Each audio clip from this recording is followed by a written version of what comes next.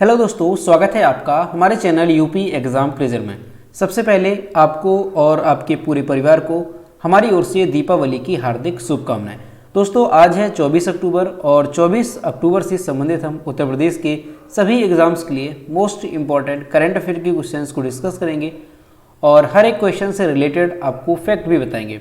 और वीडियो के अंत में हम आपसे क्वेश्चन भी पूछेंगे जिसका जवाब आपको कमेंट बॉक्स में देना है। और अगर आपको इसकी पीडीएफ डाउनलोड करनी है तो इसकी जो पीडीएफ है वो आप हमारे टेलीग्राम ग्रुप से डाउनलोड कर सकते हैं। टेलीग्राम ग्रुप की लिंक आपको इस वीडियो के डिस्क्रिप्शन में मिल जाएगी। तो चलिए शुरू करते हैं। आज का सेशन शुरू करने से पहले हम कल के क्वेश्चंस का रिवीजन करेंगे। कल का पहला क्वेश्चन है, कौन सा मंत्रालय काशी तमिल संगम का आयोजन करेगा? ऑप्शन नंबर डी करेक्ट होगा, शिक्षा मंत्रालय। अगला है, हाल ही में स्वदेश दर्शन 2.0 योजना के पहले चरण में उत्तर प्रदेश से किन शहरों को शामिल किया गया? तो उत्तर प्रदेश के झांसी, चित्रकूट और प्रयागराज, यानी ऑप्शन नंबर डी यहाँ पर करेक्ट होगा, उपरोक्त सभी। दोस्तों, उत्तर प्रदेश करंट अफेयर की लास्ट 8 मंथ की अगर आपको पीडीएफ ई बुक डाउनलोड करनी है तो इसकी लिंक आपको वीडियो के डिस्क्रिप्शन में मिल जाएगी। वहाँ से आप इसकी पीडीएफ ई बुक डाउनलोड कर सकते हैं। और अगर इसे डाउनलोड करने में कोई प्रॉब्लम होती है तो साइट पर आपको व्हाट्सएप नंबर और ईमेल मिल जाएगा जिस पर आप कॉन्टैक्ट कर सकते हैं। अगला क्वेश्चन है, हाल ही में पेटीएम पेमेंट बैंक का अंतरिम सीईओ किसे नियुक्त किया गया? ऑप्शन नंबर ए करेक्ट होगा, दीपेंद्र सिंह राठौर को। याद रखेंगे, पेटीएम पेमेंट बैंक का। अगला है, हाल ही में किस देश की प्रधानमंत्री लिज ट्रस ने इस्तीफा दिया?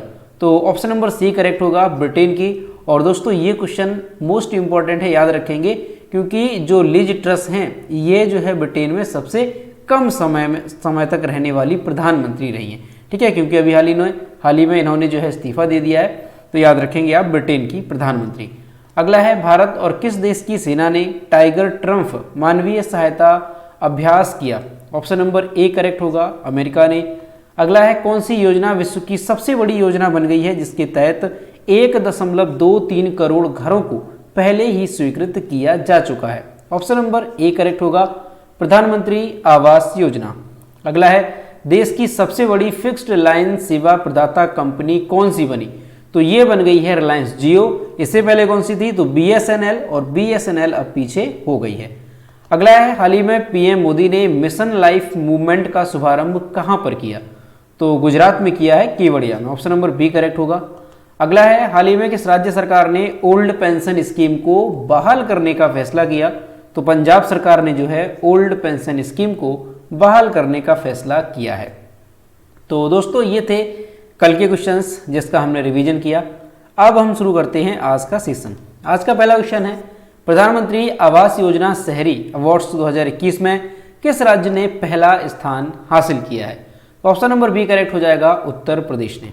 दोस्तों, प्रधानमंत्री आवास योजना शहरी के तहत 2021 के जो पुरस्कार हैं उसमें जो यूपी है, उत्तर प्रदेश है, इसने पहला स्थान हासिल किया है। इसके बाद अगर हम बात करें तो मध्य प्रदेश रहा है, और इसके बाद तमिलनाडु, यानी दूसरे स्थान पर मध्य प्रदेश और तीसरे स्थान पर तमिलनाडु रहा। मध्य प्रदेश को 3 विशेष श्रेणी के पुरस्कार मिले। उसके बाद जम्मू और कश्मीर, जिसे दादरा और नगर हवेली और दमन और दीव के साथ सर्वश्रेष्ठ प्रदर्शन करने वाला केंद्र शासित प्रदेश चुना गया। तो यहाँ से आपको याद रखना है कि प्रधानमंत्री आवास योजना शहरी 2021 के जो पुरस्कार दिए गए हैं उसमें सर्वश्रेष्ठ जो राज्य है वो कौन सा रहा? तो वो रहा है यूपी, और उसके बाद है मध्य प्रदेश, उसके बाद है तमिलनाडु। और अगर वहीं बात की जाए केंद्र शासित प्रदेशों की तो याद रखेंगे आप, जम्मू कश्मीर और दादर नगर हवेली दमन और दीव को जो है एक साथ सर्वश्रेष्ठ प्रदर्शन करने वाला केंद्र शासित प्रदेश चुना गया। ठीक, तो याद रखेंगे यहाँ से। अब दोस्तों, यहाँ पर यूपी जो है ये पहले स्थान पर रहा है, तो आज हम उत्तर प्रदेश के बारे में जानते हैं। तो सबसे पहले यहाँ पर मैप में देखेंगे कि यूपी है कहाँ पर। तो ये इंडिया का मैप है, और यहाँ पर आप देख सकते हैं जो रेड कलर से मैंने इसे जो है हाईलाइट किया है, तो ये आप देख सकते हैं ये यूपी है। यूपी जो है ये भारत के किन किन राज्यों की सीमा को साझा करता है? तो यहाँ पर आप देख सकते हैं उत्तराखंड हो गया, यहाँ पर आप देखेंगे हरियाणा हो गया, इसके अलावा यहाँ पर आप देख सकते हैं राजस्थान है, नीचे की ओर मध्य प्रदेश है, यहाँ पे छत्तीसगढ़ है, झारखंड है, और यहाँ पे बिहार है। और इसके अलावा जो यूपी है ये एक केंद्र शासित प्रदेश है दिल्ली, इसको भी टच कर रहा है, यहाँ पे देख सकते हैं आप। और इसके साथ ही जो यूपी है इसकी सीमा हिमाचल प्रदेश से भी लगती है। तो ये तो राज्य हो गए जिनकी सीमा को यूपी टच करता है। अब दोस्तों यूपी की कैपिटल क्या है? तो सभी लोग जानते हैं लखनऊ। यूपी के चीफ मिनिस्टर योगी आदित्यनाथ और गवर्नर हैं आनंदीबेन पटेल। दोस्तों उत्तर प्रदेश की अगर हम बात करें तो ये जो हमारा यूपी है ये पॉपुलेशन वाइज अगर हम देखें तो ये देश का सबसे बड़ा राज्य है, यानी फर्स्ट रैंक पर है ये पॉपुलेशन वाइज। वहीं अगर हम एरिया वाइज देखें तो क्षेत्रफल की दृष्टि से जो ये यूपी है ये चौथा सबसे बड़ा राज्य है, इस बात को याद रखेंगे। इसके अलावा दोस्तों अगर हम बात करें यूपी में तो यूपी में जो लोकसभा सीटों की संख्या है वो कितनी है? तो आप याद रखेंगे 80 यहाँ पर लोकसभा सीटों की संख्या है। और राज्यसभा सीटों की संख्या कितनी है? तो 31 जो है यूपी में राज्यसभा सीटों की संख्या है। विधानसभा की अगर हम बात करें तो 403 और विधान परिषद में कितनी है? तो 100 जो है विधान परिषद में सीटों की संख्या है। यूपी की प्रमुख जनजातियों को अगर हम देखें तो यूपी की जो प्रमुख जनजातियां हैं वो कौन कौन सी हैं? तो यहाँ पर आप देख सकते हैं यूपी की प्रमुख जनजातियां जो है आप लोग यहाँ से देखेंगे यूपी की प्रमुख जनजातियां कौन कौन सी हैं। तो जौनसारी हो गई, कौन सी है? जौनसारी है। इसके अलावा हम देखें तो बुक्सा हो गई, ठीक है, याद रखेंगे आप, बुक्सा हो गई। इसके अलावा थारू है, थारू हो गई। गोंड हो गई, गोंड है। इसके अलावा जो है सहरिया है, सहरिया हो गई, ये भी यूपी में जो है जनजाति पाई जाती है। इसके अलावा जो है कौन सी हो गई? राजी, ये भी जनजाति यूपी में है, राजी। और इसके अलावा खरवार। तो ये जो है प्रमुख जनजातियां हैं जो कि हमारे यूपी में निवास करती हैं। दोस्तों उत्तर प्रदेश में जो शास्त्रीय नृत्य है वो कौन सा है? तो यूपी का जो शास्त्रीय नृत्य है वो है कथक।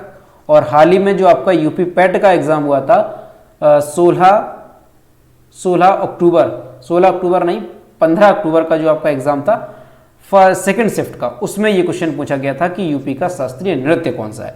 तो ये आप लोग अच्छे से याद रखेंगे, वेरी इंपॉर्टेंट है। दोस्तों राष्ट्रीय उद्यान की अगर हम बात करें तो यूपी के राष्ट्रीय उद्यान कौन कौन सी है प्रमुख? तो दुधवा राष्ट्रीय उद्यान हो गया, ये कहाँ पे है? ये लखीमपुर खीरी में पड़ता है। चंद्रप्रभा वन्यजीव अभ्यारण्य ये आपका कहाँ पे पड़ता है? चंदौली में, ठीक। तो ये राष्ट्रीय उद्यान है यूपी के 2, याद रखेंगे। इसके अलावा राजकीय चिन्हों की अगर हम बात करें तो पशु बारहसिंगा है, पक्षी सारस या क्रौंच है, पुष्प कौन सा है राजकीय? तो पलाश है, और वृक्ष कौन सा है? तो अशोक है, और खेल ये हॉकी है। तो ये जो है यूपी से संबंधित कुछ इंपॉर्टेंट फैक्ट हैं, सभी आपको अच्छे से याद रखने हैं और सारे के सारे वेरी इंपॉर्टेंट हैं। आगे बढ़ते हैं, अगला क्वेश्चन है हाल ही में अयोध्या में दीपोत्सव पर लगभग कितने दिए जलाकर एक नया विश्व रिकॉर्ड बनाया गया? ऑप्शन नंबर ए करेक्ट होगा, लगभग 17 लाख दिए। दोस्तों अयोध्या में 23 अक्टूबर को दीपावली के एक दिन पहले जो है कुल 17 लाख से अधिक दिए जलाए गए, जिनमें से 15,76,000 सरयू नदी के तट पर जलाए गए। अयोध्या में इस बार गाय के गोबर से बने 1.25 लाख से ज्यादा दीपक जलाए गए, जो कि गाय के गोबर से बने थे। और अयोध्या में इस बार जो है एक नया विश्व रिकॉर्ड बना है दीपोत्सव के दौरान दीपक जलाने का, ठीक है। हर साल जो है एक नया रिकॉर्ड बनता है और इस बार भी जो है एक नया विश्व रिकॉर्ड बनाया गया। वहीं दोस्तों अयोध्या में लेजर शो का भी आयोजन किया गया और इस लेजर शो में प्रधानमंत्री नरेंद्र मोदी और सीएम योगी आदित्यनाथ भी मौजूद रहे। पिछले साल की अगर हम बात करें कि पिछले साल दीपक जलाने का जो रिकॉर्ड बना था यूपी में वो कितने दियों का था? तो 12 लाख दिए जो है यूपी में जलाए गए थे। इसके साथ ही यूपी में नया विश्व रिकॉर्ड बनाया था पिछले साल भी, और तब राम की पैड़ी पर 9 लाख दिए जलाए गए थे और अयोध्या के बाकी हिस्सों में 3 लाख दिए जलाए गए थे। लेकिन अभी इस बार जो है आप लोग याद रखेंगे यूपी में एक नया विश्व रिकॉर्ड बनाया गया है दियों को जलाने का, और कितने दीपक जो है यूपी में जलाए गए हैं? तो 17 लाख से अधिक जो है दीपक 23 अक्टूबर 2022 को जलाए गए हैं। दोस्तों अयोध्या की अगर हम बात करते हैं तो अयोध्या से संबंधित आप एक बात याद रखेंगे कि जो अयोध्या है ये किस नदी के तट पर स्थित है? तो अयोध्या जो है सरयू नदी के तट पर स्थित है, इसको आप याद रखेंगे। अगला क्वेश्चन है, सर सैयद उत्कृष्टता अंतर्राष्ट्रीय पुरस्कार किसके द्वारा प्रदान किया जाता है? ऑप्शन नंबर इसका करेक्ट होगा सी, अलीगढ़ मुस्लिम विश्वविद्यालय के द्वारा। दोस्तों हाल ही में अमेरिकी इतिहासकार और दक्षिण एशियाई इतिहास और इस्लाम के जो अंतर्राष्ट्रीय स्तर पर पुरस्कृत विद्वान हैं बारबरा मेटकॉफ, इनको जो है 17 अक्टूबर को 2022 का जो सर सैयद उत्कृष्टता अंतर्राष्ट्रीय पुरस्कार है वो प्रदान किया गया। दोस्तों ये जो पुरस्कार है ये इनको प्रदान क्यों किया गया है, तो उन्होंने भारत और पाकिस्तान की मुस्लिम आबादी के इतिहास पर विस्तार से लिखा है। और ये जो पुरस्कार है सर सैयद उत्कृष्टता अंतर्राष्ट्रीय पुरस्कार, ये किसके द्वारा दिया जाता है, तो ये वार्षिक पुरस्कार है, यानी कि हर साल दिया जाता है। किसके द्वारा? अलीगढ़ मुस्लिम विश्वविद्यालय के द्वारा ये दिया जाता है। और ये किसकी जयंती पर दिया जाता है, तो इसके संस्थापक सर सैयद अहमद खान की जयंती पर ये दिया जाता है। अलीगढ़ मुस्लिम विश्वविद्यालय के संस्थापक थे सर सैयद अहमद खान। तो यहाँ से याद रखेंगे आप साल 2022 का जो सर सैयद उत्कृष्टता अंतर्राष्ट्रीय पुरस्कार है ये किसको दिया गया है, तो अमेरिकी इतिहासकार हैं, नाम क्या है इनका, याद रखेंगे बारबरा मेटकॉफ। अगला क्वेश्चन है, हाल ही में किस राज्य में नए बाघ अभ्यारण्य दुर्गावती टाइगर रिजर्व को मंजूरी दी गई? ऑप्शन नंबर डी करेक्ट हो जाएगा, मध्य प्रदेश। दोस्तों मध्य प्रदेश वन्यजीव बोर्ड ने अक्टूबर 2022 में पन्ना टाइगर रिजर्व के बाघों के लिए एक नए रिजर्व को मंजूरी दी है। ऐसा क्यों किया गया है, तो ऐसा इसलिए किया गया है क्योंकि केन बेतवा नदियों को जोड़ने से जो पन्ना टाइगर रिजर्व है इसका 1/4 हिस्सा जलमग्न हो जाएगा और इसी के चलते एक नए टाइगर रिजर्व को जो है मंजूरी दी गई है। दोस्तों ये जो नया टाइगर रिजर्व है इसका नाम क्या है, तो दुर्गावती टाइगर रिजर्व इसका नाम है। और ये जो टाइगर रिजर्व है ये कितने एरिया में फैला है, तो 2339 वर्ग किलोमीटर के क्षेत्रफल में ये फैला है। और ये जो टाइगर रिजर्व है ये मध्य प्रदेश के किन किन जिलों में पड़ता है, तो आप याद रखेंगे नरसिंहपुर हो गया, दमोह हो गया और सागर। तो ये 3 जिले हैं जिसमें ये स्थित होगा। तो याद रखेंगे आप, अगर आपसे पूछा जाता है कि दुर्गावती टाइगर रिजर्व ये किस राज्य में पड़ता है, तो मध्य प्रदेश में ये पड़ता है। और हाल ही में इसको जो है मंजूरी दी गई है नए टाइगर रिजर्व के रूप में। ठीक, याद रखेंगे किस राज्य में है, मध्य प्रदेश में ये स्थित है। दोस्तों मध्य प्रदेश की अगर हम बात करते हैं तो यहाँ पर आप मैप में देख सकते हैं ये मध्य प्रदेश है। जो मध्य प्रदेश है इसकी कैपिटल क्या है, तो भोपाल। चीफ मिनिस्टर शिवराज सिंह चौहान है और यहाँ के गवर्नर कौन है, तो मंगूभाई छगन भाई पटेल मध्य प्रदेश के गवर्नर हैं। दोस्तों मध्य प्रदेश के कुछ और राष्ट्रीय उद्यान हैं वो भी आप याद रखेंगे, जैसे बांधव राष्ट्रीय उद्यान हो गया, ये एमपी में है। कान्हा किसली राष्ट्रीय उद्यान है, ये भी मध्य प्रदेश में है। पंचमढ़ी राष्ट्रीय उद्यान ये भी मध्य प्रदेश में है। और पन्ना राष्ट्रीय उद्यान अभी आपको बताया तो ये भी मध्य प्रदेश में ही है। और इसके अलावा पेंच राष्ट्रीय उद्यान, तो ये जो सारे राष्ट्रीय उद्यान है ये कहाँ पे हैं, ये मध्य प्रदेश में पड़ते हैं। दोस्तों मध्य प्रदेश से एक क्वेश्चन और याद रखेंगे कि देश का पहला हर घर जल प्रमाणित जिला कौन सा है। देश का पहला हर घर जल प्रमाणित जिला तो ये है बुरहानपुर। बुरहानपुर याद रखेंगे, वेरी इंपॉर्टेंट है, ये मध्य प्रदेश में पड़ता है और देश का पहला हर घर जल प्रमाणित जिला है। और अगर राज्य पूछा जाता है तो गोवा याद रखेंगे। अगला है, हाल ही में संयुक्त राष्ट्र मानवाधिकार आयोग के लिए विशेष दूत के रूप में नियुक्त होने वाली पहली भारतीय महिला कौन बनी? ऑप्शन नंबर ए करेक्ट हो जाएगा, केपी अश्विनी। दोस्तों कर्नाटक की एक दलित महिला विद्वान है केपी अश्विनी। इनको जो है संयुक्त राष्ट्र मानवाधिकार आयोग के लिए एक विशेष दूत नियुक्त किया गया है। वो जो है इस पद पर नियुक्त होने वाली पहली भारतीय और पहली एशियाई महिला बनी है। अश्विनी ने नस्लवाद और जातिवाद जैसे मुद्दों को संबोधित करने की योजना बनाई जो अब सोशल मीडिया प्लेटफॉर्म पर तेजी से बढ़ रही है। तो दोस्तों ये भी इंपॉर्टेंट है क्योंकि जो कर्नाटक की ये हैं महिला विद्वान केपी अश्विनी, ये जो है संयुक्त राष्ट्र मानवाधिकार आयोग के लिए विशेष दूत के रूप में नियुक्त की गई और इस पद पर ये नियुक्त होने वाली पहली भारतीय महिला बनी है और इसके साथ ही पहली एशियाई महिला भी बनी है। इस वजह से ये क्वेश्चन इंपॉर्टेंट हो जाता है, नाम याद रखेंगे केपी अश्विनी। दोस्तों संयुक्त राष्ट्र मानवाधिकार आयोग की अगर हम बात करते हैं कि इसकी स्थापना कब हुई थी, तो जो संयुक्त राष्ट्र मानवाधिकार आयोग है इसकी स्थापना हुई थी 2006 में। याद रखेंगे 2006 में इसकी स्थापना हुई थी और इसका मुख्यालय कहाँ पे है, तो जिनेवा में इसका मुख्यालय है। अगला क्वेश्चन है, किस राज्य या केंद्र शासित प्रदेश ने प्रदूषण मुक्त दिवाली के लिए एक अभियान शुरू किया है? ऑप्शन नंबर सी करेक्ट हो जाएगा, दिल्ली सरकार ने। दोस्तों दिल्ली सरकार ने प्रदूषण मुक्त दिवाली के लिए अपने अभियान की शुरुआत के मौके पर कनॉट प्लेस के सेंट्रल पार्क में 51,000 दिए जलाए। और दिल्ली सरकार ने इस अभियान के तहत क्या किया है कि सितंबर में 1 जनवरी तक जो है सभी प्रकार के पटाखों के उत्पादन, बिक्री और उपयोग पर फिर से पूर्ण प्रतिबंध लगा दिया, जिसका पालन वह पिछले 2 सालों से कर रही है। यानी कि पिछले 2 वर्षों से दीपावली के अवसर पर क्या होता है कि जो दिल्ली सरकार है ये जनवरी तक सभी प्रकार के पटाखे के उत्पादन, बिक्री और उपयोग पर प्रतिबंध लगा देता है। और इस बार भी जो है ऐसा ही किया गया है। दिल्ली में पटाखों पर जो है पूरी तरीके से क्या कर दिया गया, प्रतिबंध लगा दिया गया।